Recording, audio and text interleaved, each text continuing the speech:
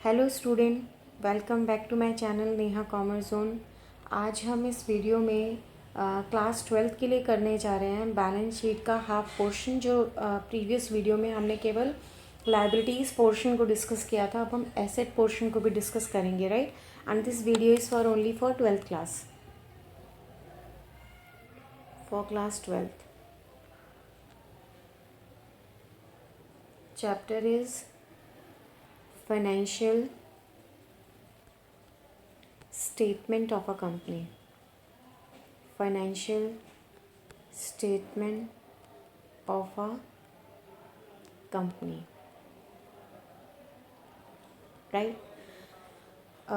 हमने second portion जो है दैट इज़ एसेट, जो कि हमने डिस्कस करना है। इस असेट्स को जो है बाइफर्केट किया गया है नॉन करेंट एसेट और करेंट एसेट्स के साथ, राइट। नॉन करेंट एसेट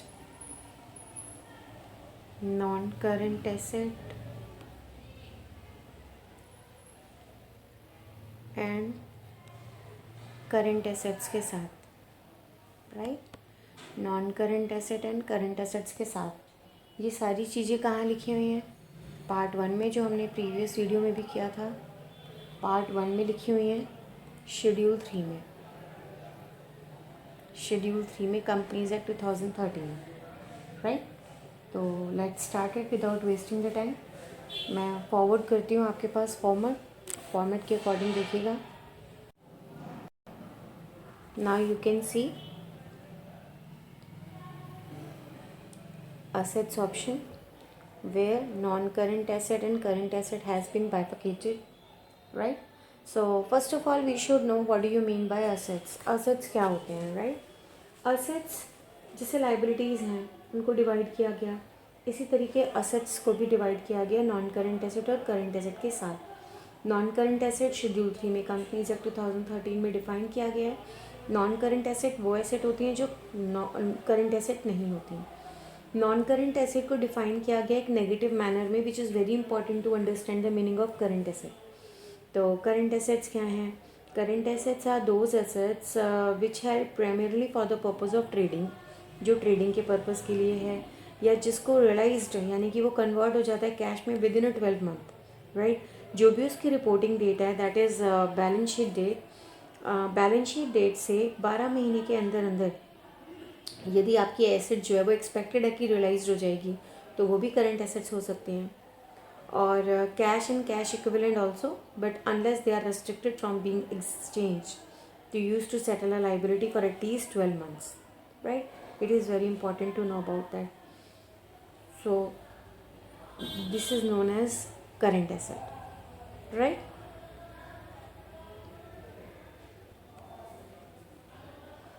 अब नॉन करंट एसेट्स के अंदर हमारा सबसे पहले कुछ एसेट्स को हमने दो हेड्स में डिवाइड किया था। एसेट्स को हमने दो उसमें किया, एक नॉन करंट एसेट, एक करंट एसेट, ठीक है। नॉन करंट एसेट्स के अंदर जो हमारी सब हेड्स हैं उनमें fix asset, non current investment, default tax asset, long term loan and advances and other non current assets given है, राइट। अभी फिक्स एसेट्स के अंदर हमारे पास क्या क्या चीज़ें हैं? फिक्स एसेट्स के अंदर हमारे पास टेंजिबल एसेट्स हैं। टेंजिबल एसेट्स के अंदर वी विल राइट प्रॉपर्टी,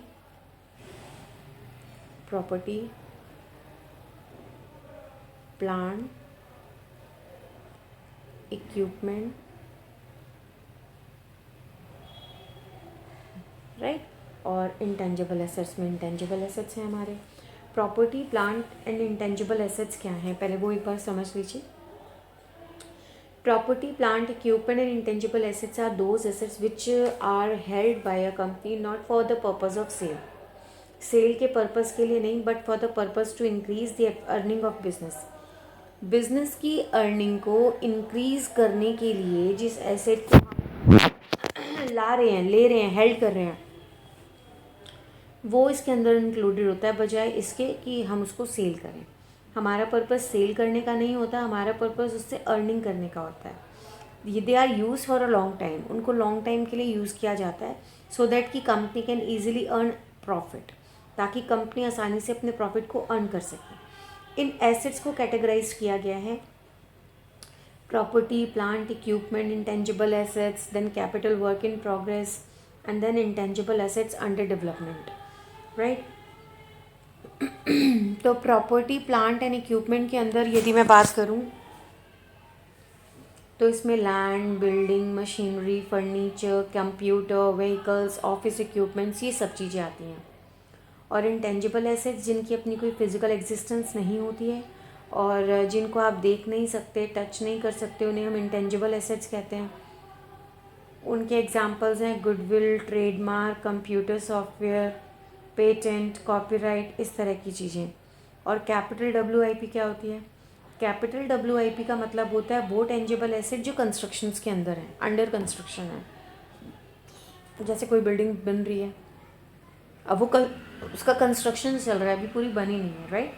और इंटेंजिबल एसेट अंडर डेवलपमेंट का मतलब क्या होता है कि जितनी भी फिक्स्ड इंटेंजिबल एसेट्स हैं आपकी, like patent, intellectual property right, ये अंडर डेवलपमेंट चल रही हैं अभी।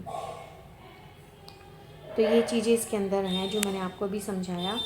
उसके बाद नॉन करेंट एसेट की यदि मैं बात करूँ तो नॉन करेंट इन्वेस्टमेंट, ये वो इन्वेस्टमेंट होती है which are held not for the purpose to resale but to retain them.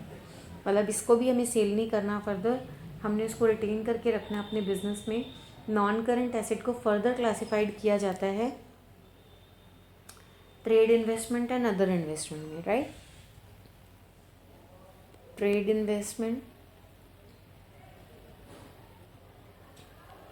और अदर इन्वेस्टमेंट। अभी ट्रेड इन्वेस्टमेंट वो इन्वेस्टमेंट है जो कंपनी में करती है इन शेयर्स और debentures, right, to promote its own trade and business. मतलब कि अपने खुद के ट्रेड या अपने खुद के बिजनेस को प्रमोट करने के लिए। जो अदर इन्वेस्टमेंट होती हैं वो ट्रेड इन्वेस्टमेंट नहीं होती हैं। जैसे कि हमने इनको फर्दर अगर क्लासीफाई करूँ तो अदर इन्वेस्टमेंट के अंदर हमारा आएगा इन्वेस्टमेंट इन प्रॉपर्टी। आपने प्रॉपर्टी में इन्वेस्टमेंट किया। इन्वेस्टमेंट इन म्यूचुअल फंड, आपने म्यूचुअल फंड में इन्वेस्टमेंट की। इन्वेस्टमेंट इन पार्टनरशिप फर्म, आपने पार्टनरशिप फर्म में की।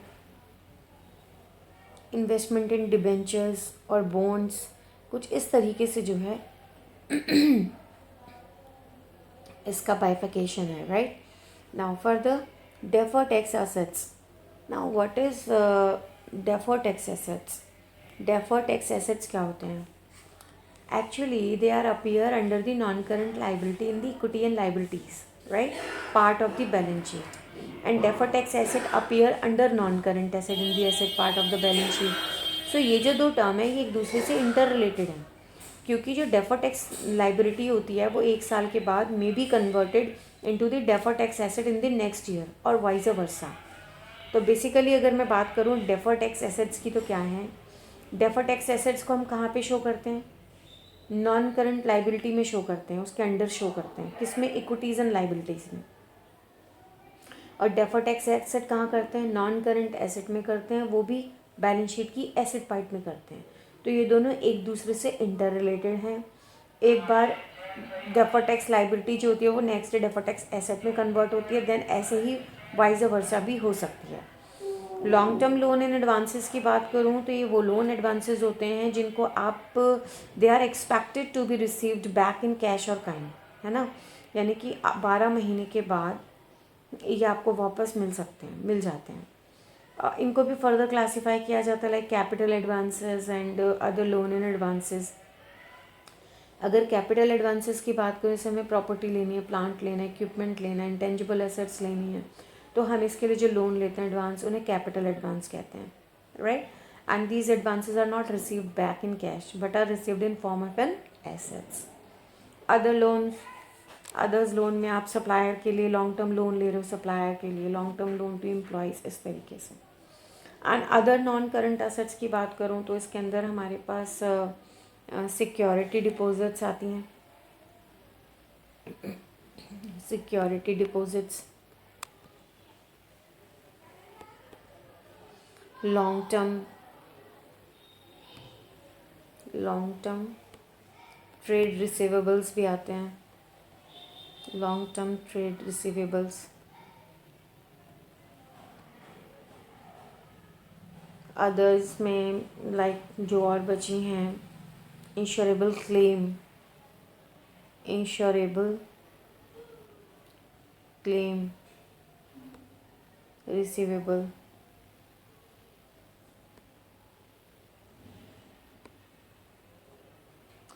like security deposit that are given for a longer period, right, for a period of more than 12 months after the period of operating cycle from the date of the balance sheet. और long term trade receivable की बात करूँ, the amount of trade receivable is receivable after the 12 month from the date of balance sheet. Other assets में unamortized expenses, losses, insurable claim in received, amount due for assets hold, इस तरह की चीज़ें आ सकती हैं जो कि नॉन करेंट एसेट्स में आएंगी. और अगर मैं इंश्योरेंस क्लेम के बारे में बात करूं, तो जो भी आपको इंश्योरेंस क्लेम में अमाउंट रिसीव्ड हो रहा है, तो ये सब चीज़ें इसके अंदर आती हैं, right. So I hope it will be convenient to understand exactly. Now moving to the second head, that is current asset. और करंट एसेट में फर्दर आपके कुछ सब हेड्स हैं. तो करंट एसेट्स में सबसे पहले हमें पता होना चाहिए करंट एसेट्स क्या होती हैं. करंट एसेट्स वो जो इजीली कन्वर्ट हो जाए कैश में, मैंने पहले भी आपको बताया 12 मंथ्स के अंदर अंदर. अब इनके जो सब हेड्स हैं अंदर, जो उनको 6 हेड्स में उनको क्लासीफाई किया गया है. Current assets, inventories, trade receivables, cash and cash equivalents, short term loans and advances, other current assets, right. Now what do you mean by current investment? आप करंट इन्वेस्टमेंट से क्या समझते हैं?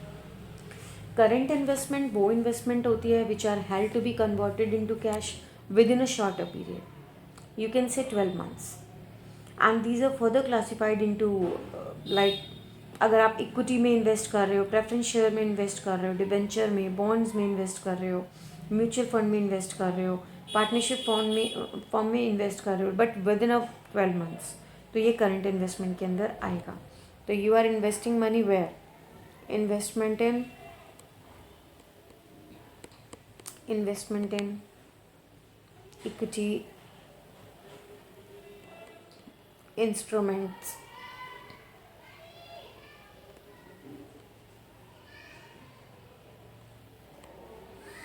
preference shares, debentures, bonds, mutual fund, partnership firm. So here you will invest, right? Now inventories. Inventories are stock.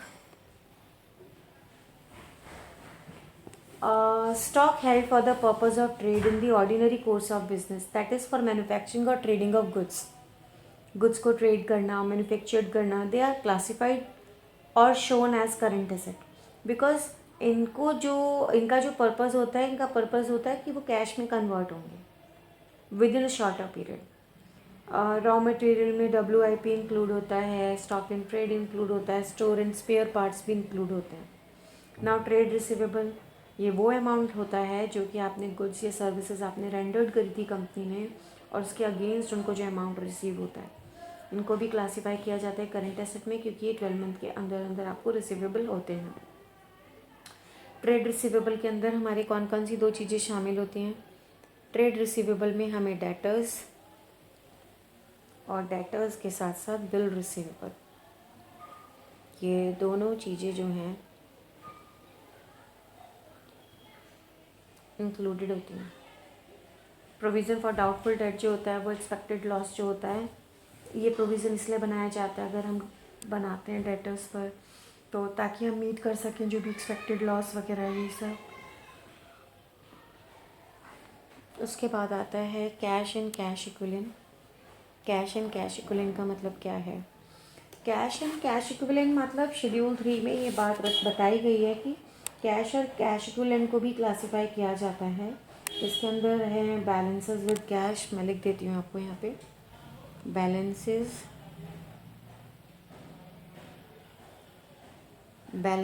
with cash, no, it's bank,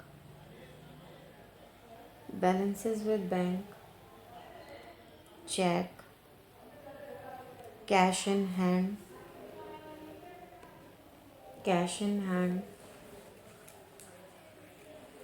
other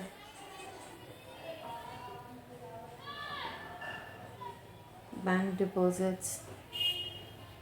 deposits भी कौन से, जो कि मोर देन 12 मंथ मेच्योरिटी रखते हैं, bank deposit with more than 12 months maturity. तो इस तरह की चीज़ें हैं। और फर्दर फिर उसके बाद यदि मैं बात करती हूँ तो हमारे पास आता है शॉर्ट टर्म लोन, राइट।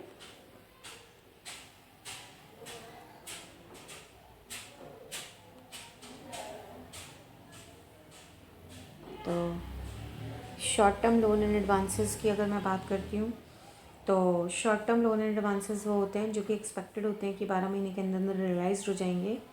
और other current assets do not fall in the above classification.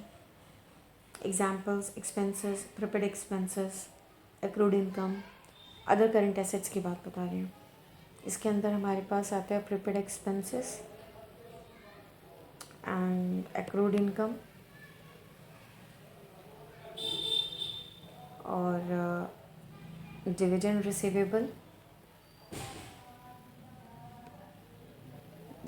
Receivable, advance taxes, कुछ इस तरीके से ये एग्जांपल्स हैं अदर के, राइट। थोड़ा सा आपको मैं यहाँ पर आपको कंटिंजेंट लाइबिलिटीज़ थोड़ा सा बता देती हूँ जो आपके सिलेबस में आके थोड़ा सा है। लेकिन उससे पहले आपको ये बैलेंस शीट का पूरा फॉर्मेट जो है जो मैंने बताया ये है। अगर आप देखें कि मैंने आपको प्रीवियस पार्ट में लाइबिलिटीज़ वाला पोर्शन भी बताया था और उसमें मैंने आपको बताया था कि किस तरीके से इक्विटीज़ एंड लाइबिलिटीज़ हमारी इक्विटीज़ एंड लाइबिलिटीज़ होती हैं। उसके अंदर हमारे हेड्स हैं share holder fund, application money pending allotment, non current liabilities and current liabilities, right. And share holder funds में भी हमारे सब हेड्स थे share capital, reserve and surplus, money received against share warrant. Second में कोई सब heads नहीं थे। नॉन करेंट लाइबिलिटीज़ में भी 4 सब हेड्स थे, long term borrowing, deferred tax liabilities, other long term liabilities and long term provision. And then उसके बाद फोर्थ हमारा था करंट लाइबिलिटीज़ जिसके अंदर अगेन 4 हेड्स थे, short term borrowings, trade receivables, other current liabilities and short term provision. Then उसके बाद हम इसका टोटल करते थे तो लाइबिलिटी साइड का हमारा टोटल आ जाता था। फिर हम एसेट साइड को करेंगे। एसेट साइड में भी 2 तरीके से हेड्स बनाए, non current asset, current asset. Non current assets में भी fix assets, non current investment, deferred tax assets, long term loans and advances, other non current assets. Fix assets को फर्दर हमने 4 में सब हेड्स किया, tangible asset, intangible asset, capital, WIP, intangible asset, under development. Now current assets में हमारे पास 6 सब heads थे, current investment, inventories, stock, trade receivables और cash equivalent, short term loans, other current assets, right. तो इस तरीके से जो है हमने पूरा का पूरा फॉर्मेट जो है वो किया और इस तरीके से हमारी पूरी की पूरी बैलेंस शीट जो है वो हो चुकी है। तो अब हम इसके कुछ एग्जांपल्स देखते हैं सो दैट कि it will be beneficial for you. But question कराने से पहले मैं आपको थोड़ा सा कंटिंजेंट लाइबिलिटीज़ के बारे में बताना चाह रही थी कि कंटिंजेंट लाइबिलिटीज़ एक पॉइंट है, वो मैं आपको बता देती हूँ। Contingent liabilities and commitments.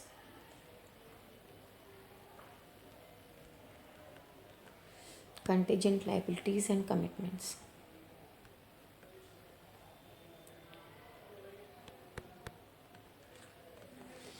Actually contingent liabilities जो हैं वो लाइबिलिटीज़ होती हैं जिनको वो हो भी सकती हैं, नहीं भी हो सकती, क्योंकि वो डिपेंड करते हैं किसी इवेंट के होने पर फ्यूचर में। जैसे कि मैं अगर एग्जांपल देके आपको समझाऊं, एक क्लेम हुआ, अ क्लेम इज़ फाइल्ड, एक क्लेम फाइल किया गया which is against the company in a consumer court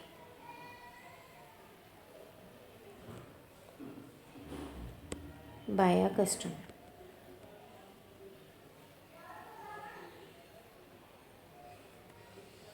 claim हुआ, क्लेम फाइल किया गया कंपनी के अगेंस्ट कंज्यूमर कोर्ट में कस्टमर के द्वारा। नाउ कोर्ट जो है वो कंपनी को होल्ड कर रहा है, द कोर्ट में hold the company at fault and impose penalty. तो it may happen otherwise also. तो whether company has a liability और not depend upon the court order, this is known as contingent liability, right. तो contingent liability मतलब वो liability हो भी सकती है, नहीं भी हो सकती, वो डिपेंड करता है उस इवेंट के होने पर फ्यूचर में।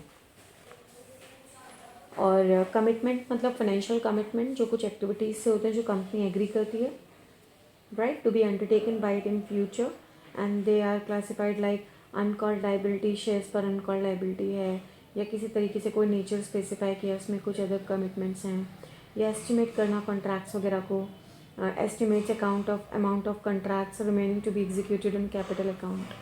तो इस तरीके से है। अब हम करेंगे इसके कुछ प्रैक्टिकल क्वेश्चन, जहां हम देखेंगे कि कौन सी चीज़ क्लासिफिकेशन कैसे कैसे हमने करनी है एसेट्स एंड लाइबिलिटीज़ में। तो लेट्स स्टार्ट इट। तो अगर आपसे क्वेश्चन पूछा जाता है सिंपली, अगर आपसे क्वेश्चन पूछा जाता है क्वेश्चन नंबर 1 में कि आप मेजर हेड्स बताएं इक्विटीज़ एंड लाइबिलिटीज़ के कंपनीज बैलेंस शीट शेड्यूल 3 में। मेजर हेड्स,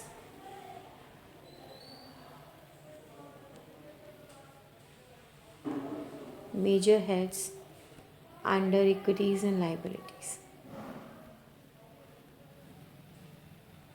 तो अभी हमने रिसेंटली बैलेंस शीट किया है, तो हमें पता है major heads equities and liabilities के क्या क्या होंगे बेटा। 4 होंगे। पहला share holder fund,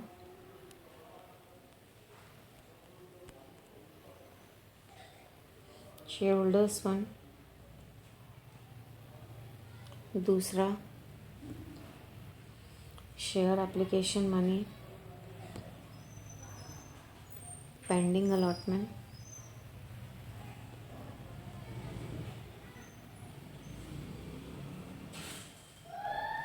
non current liabilities,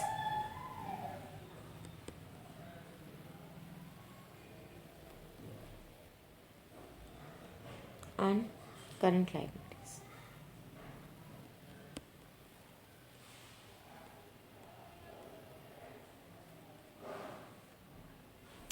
now second question, sub heads बताने हैं आपको। You have to name the sub heads under share holder fund.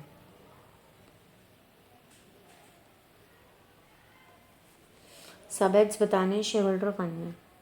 Schedule 3 के अकॉर्डिंग क्या है, 3 है। Share capital,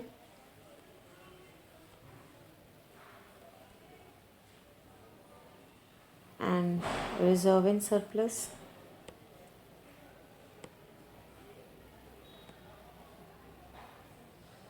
and money received against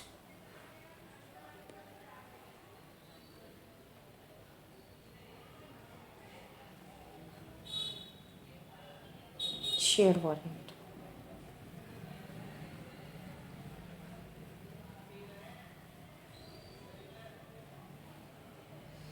तो ये हमारे क्वेश्चन है 2। नाउ अब आगे फर्दर करते क्वेश्चन नंबर 3। क्वेश्चन नंबर 3 में हमें सब हेड्स बताने हैं। क्या बताना है हमें, सब heads under the head of non current liability.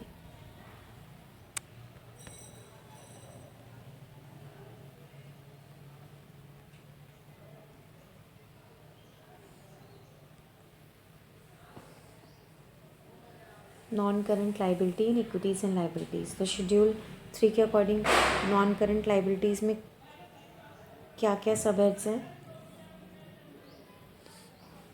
Long term borrowing,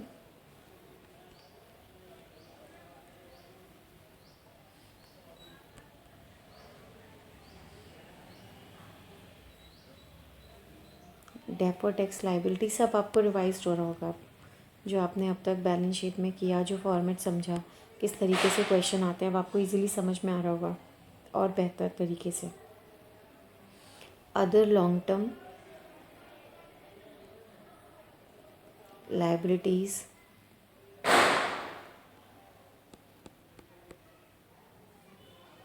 long term provision.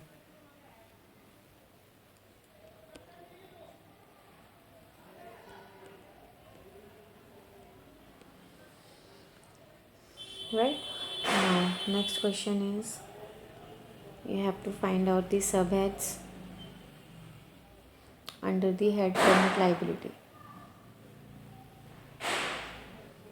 Current liabilities के आपके सबहेड्स बताने, तो ये भी 4 होंगे हमारे। शॉर्ट टर्म बोरोइंग्स, हमने बैलेंस शीट में यही किया था। Short term borrowings, trade payables,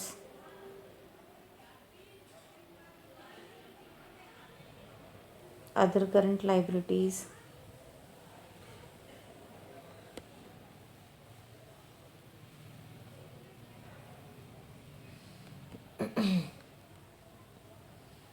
long term provision, sorry short term provision.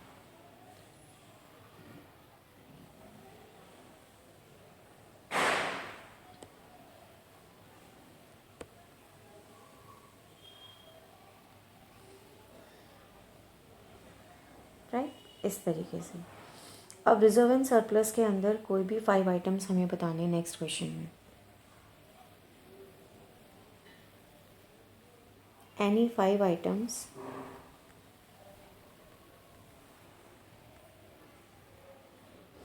that shown in reserve and surplus.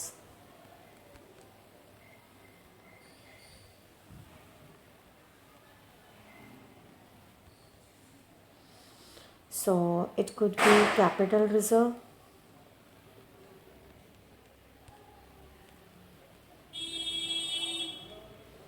next capital redemption reserve,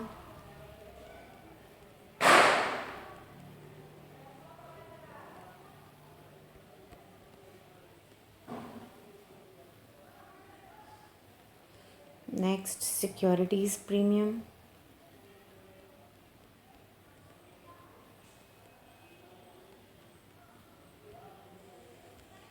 next debenture redemption reserve,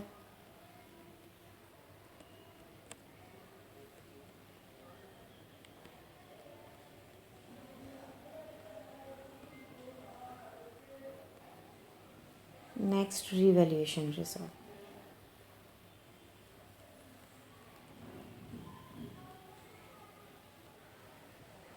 right, तो इस तरीके से हमारे 5 आइटम्स जो कि रिजर्व एंड सरप्लस के अंदर आते हैं। उसके अलावा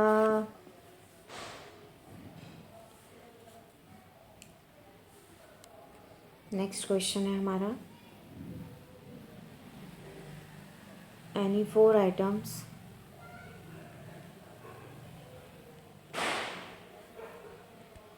जो कि लॉन्ग टर्म बोरिंग्स के अंदर हों।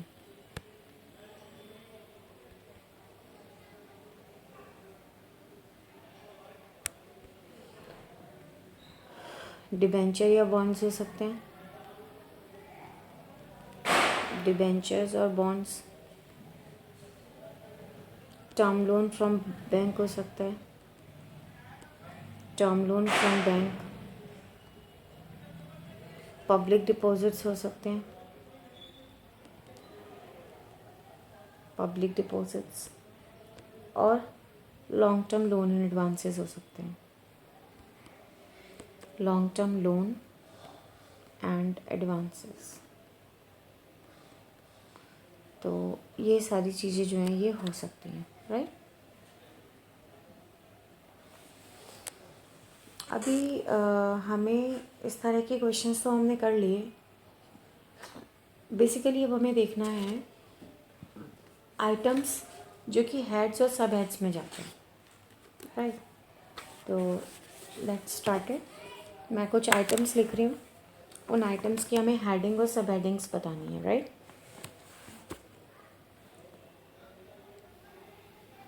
आइटम्स हैं हमारे debentures,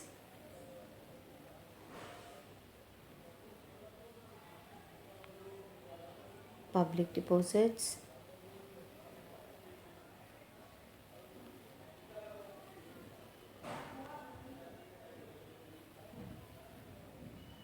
securities premium,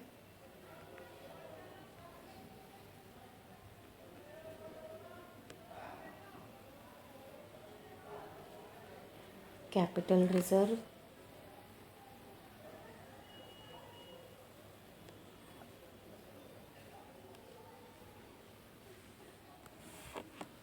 forfeited shares account,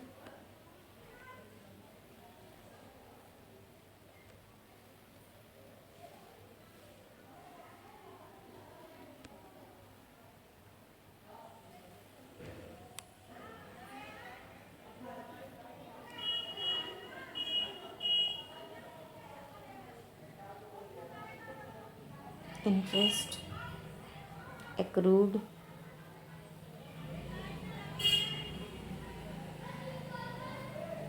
and due on debentures,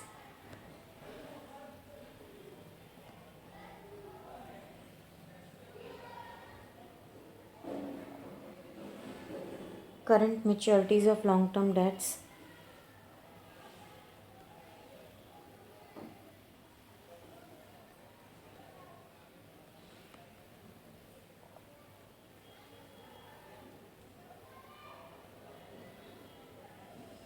in items के हमें मेन हेड्स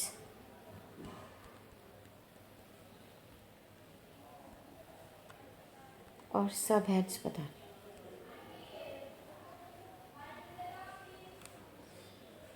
डिबेंचर का जो मेन हेड है वो नॉन करेंट लाइबिलिटी में जाएगा। ये सब आपको मैं बता चुकी हूँ बैलेंस शीट के फॉर्मेट को समझाते टाइम। और नॉन करेंट लाइबिलिटी में भी इसका सब हेड जो होगा वो होगा लॉन्ग टर्म बोरोइंग। तो इस तरह के क्वेश्चन ही एग्ज़ाम में आते हैं, इनको थोड़ा आपने ध्यान रखना है, right. Public deposits, non current liability, long term borrowing. Now security premium. Security premium आता है शेयर होल्डर फंड के मेन हेड्स में, है ना। तो हम लिखेंगे share holders fund,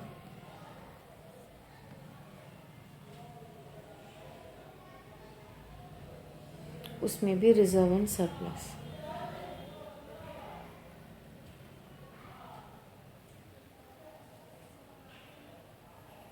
capital reserve भी share holder fund, reserve and surplus.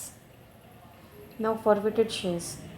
Forfeited shares भी शेयर होल्डर फंड में जाते हैं, क्योंकि जब शेयर्स को हम फॉरफिट करते हैं, जिनके पैसे हमें नहीं मिलते वो शेयर्स फॉरफिट हो जाते हैं, तो उस अकाउंट को भी शेयर होल्डर फंड में डालेंगे। हाँ, इसका जो सब हेड होगा उसको आप दिखाओगे सब्सक्राइब्ड कैपिटल में, जो कैपिटल आपने सब्सक्राइब की थी। सब्सक्राइब्ड कैपिटल में वो भी एक एडिशन के तौर पे, shown by an addition.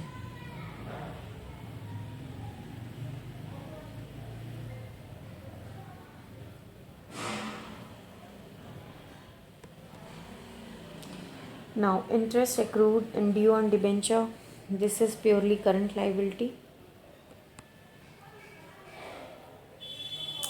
and ये जाएगी आपकी अदर करंट लाइबिलिटी में।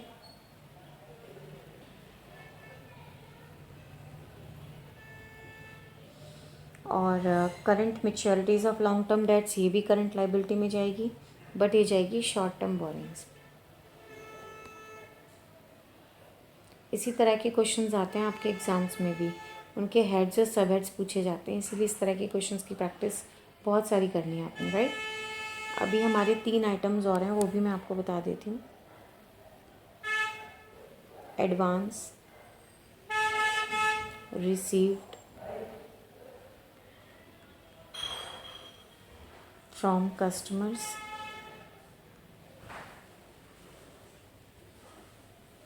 इसका मेन हेड और सब हेड बताना है। Sundry creditors,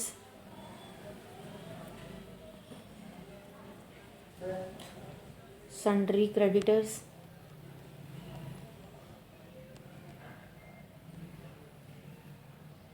then premium on redemption of debentures, right. तो एडवांस रिसीव फ्रॉम कस्टमर्स, ये इसका मेन हेड है आपका करंट लाइबिलिटी, और सब हेड्स होंगे other current liabilities.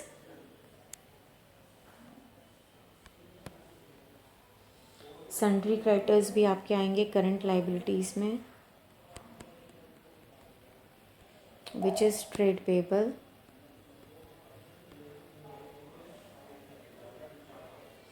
Premium on redemption of debenture आपका आता है नॉन करंट लाइबिलिटीज़ में, विच इज़ सब heads is other long term liabilities. तो इस तरीके से कुछ क्वेश्चंस आपके साथ डिस्कस करें। जो नेक्स्ट पार्ट होगा मेरा, उसमें मैं फर्दर आपके लिए कुछ और क्वेश्चंस लेकर के आऊँगी, और उसमें मैं एसेट्स की हेडिंग, सब हेडिंग्स और फर्दर कुछ क्वेश्चंस आपको प्रैक्टिस के लिए कराऊंगी। तो आई होप आपको मेरी वीडियो पसंद आई होगी। अगर मेरी वीडियो पसंद आई हो तो इसे लाइक शेयर सब्सक्राइब करें, बेल आइकन को प्रेस करें ताकि मेरी आगे आने वाली वीडियोस भी आपको मिलती रहें। थैंक यू फॉर सपोर्ट बेटा। Thank you so much.